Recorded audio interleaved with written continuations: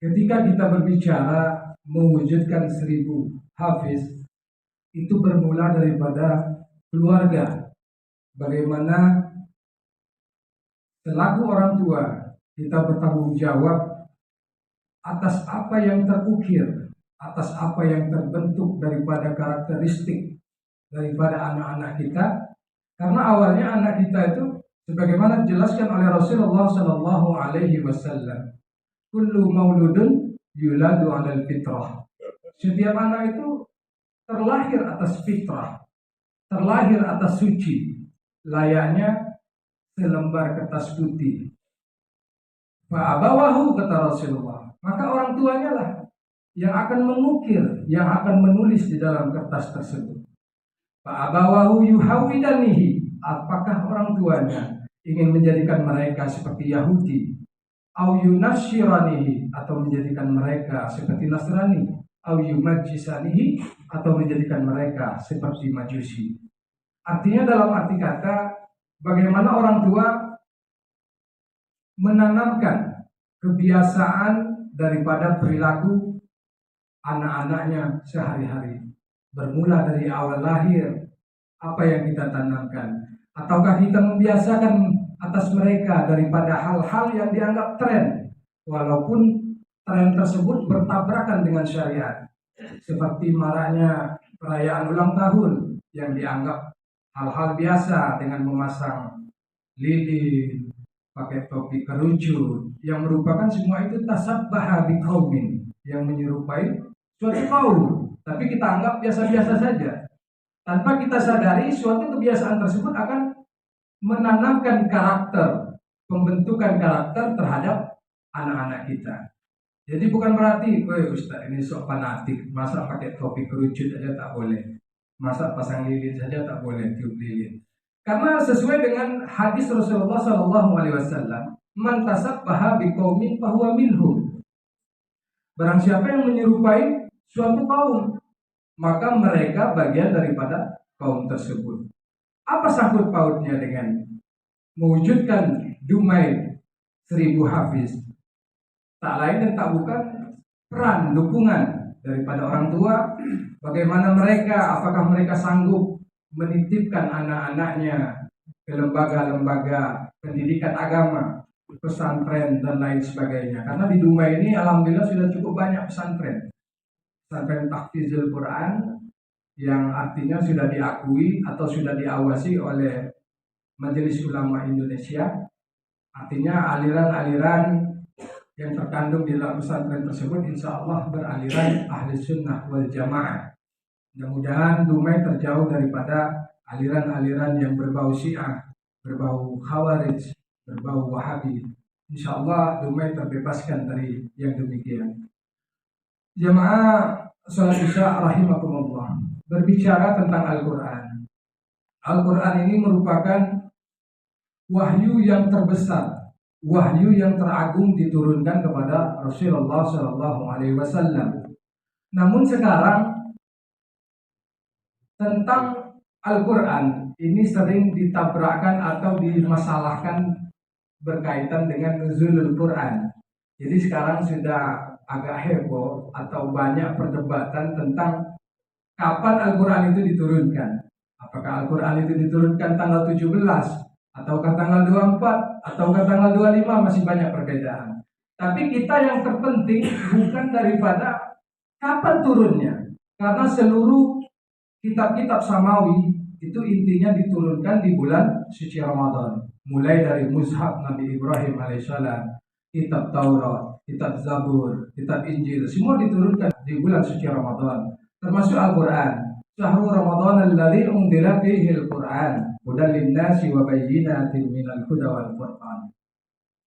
Jadi tujuan daripada diturunkan Al-Quran, kita harus fokus kepada tujuan. Jangan sibuk mencari perdebatan.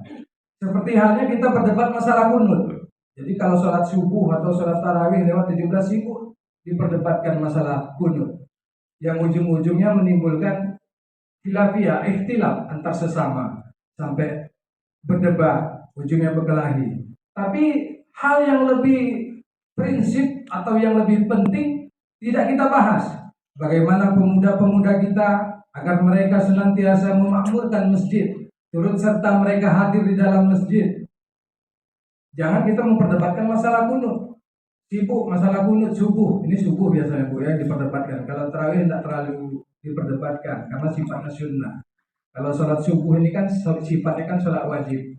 Jadi sering diperdebatkan. Sementara yang tidak sholat subuh tak begitu dipermasalahkan. Ini yang masalah sebenarnya itu. Nah kemudian Al-Quran ini diturunkan di bulan suci Ramadan, itu diturunkan ke langit dunia secara sekaligus. Makanya di dalam Al-Quran Syahrul Ramadan alladzi unzila fihil Quran tadi dijelaskan oleh tafsir inna anzalnahu fi lailatul qadar. Sesungguhnya anzalna kami telah menurunkan hu kembali kepada Al-Quran itu di malam Lailatul Qadar. Nah, jadi kaitannya tetapi diturunkan kepada Rasulullah secara bertahap. Ayat 1 surat Al-Alaq ayat 1 sampai ayat 5. Iqra bismi rabbikal ladzi khalaq. Dari ayat yang pertama turun saja sudah sangat menjelaskan Iqra, bacalah. Artinya perintahnya bacalah dalam arti kata tidak hanya sekedar membaca, tapi memahami kemudian mengamalkan isi yang terkandung di dalam Al-Quran tersebut agar Al-Quran tersebut benar-benar berfungsi atas diri kita sebagai umat Rasulullah Shallallahu Alaihi Wasallam sebagai petunjuk hudan linnas, sebagai petunjuk bagi kita, bagi umat manusia. Wa bayyinatin minal huda wal furqan, dan sebagai penjelas, menjelaskan antara perbedaan mana yang baik dan mana yang buruk. Jadi kalau Al-Quran itu hanya sebatas dibaca tanpa dipahami, ya kalau kita mengerti maknanya. Terkadang kita Al-Fatihah saja kita belum tentu mengetahui arti atau kandungan yang ada di dalam Al-Fatihah tersebut. Sementara Al-Fatihah merupakan syarat rukun daripada sholat. Oleh karena itu Al-Imam Asy-Syafi'i mengatakan bahwa salah satu syarat untuk bisa khusyuk di dalam sholat itu minimal memahami bacaan-bacaan yang ada di dalam sholat tersebut.